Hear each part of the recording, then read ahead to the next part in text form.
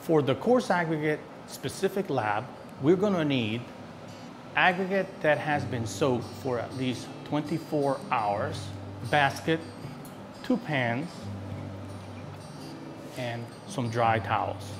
We might also need safety equipment, including an oven mitt and safety glasses. We start the lab by obtaining approximately 2,000 grams of aggregate.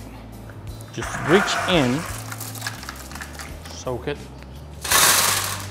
put it in here. Once we have the aggregate, our objective will be to take a towel and dry each individual piece of aggregate until it reaches what is called the saturated surface dry condition. The saturated surface dry condition implies that there is moisture inside the pores of the aggregate, but no moisture can be observed on the surface. Probably the easiest way to do this is to take the aggregate, spread it on the towel, and then dry it. While one of your team members is drying the aggregate, you might want to take a dry pan, bring it over to the balance, tare it, make sure it reads 0, then bring it back, and as you dry the aggregate, you put it in here, make sure all the particles are in the saturated surface dry condition. Once we have our aggregate in the saturated surface dry condition, we are ready to take our measurements. We will need 3 measurements. This reading is the aggregate in the saturated surface dry condition. We're going to take the aggregate and we're going to weigh it underwater. To weigh it underwater, we're going to put it in the basket. We're going to put it underwater that has been set at the right temperature. First, we want to make sure that we tare the basket. So put it in here.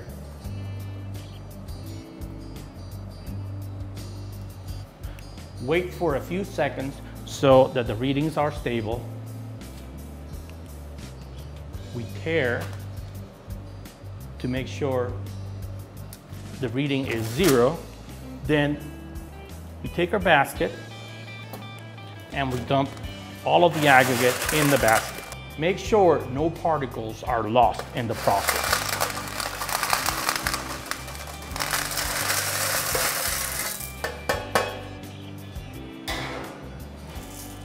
Again, we take our basket with the aggregate, submerge it underwater,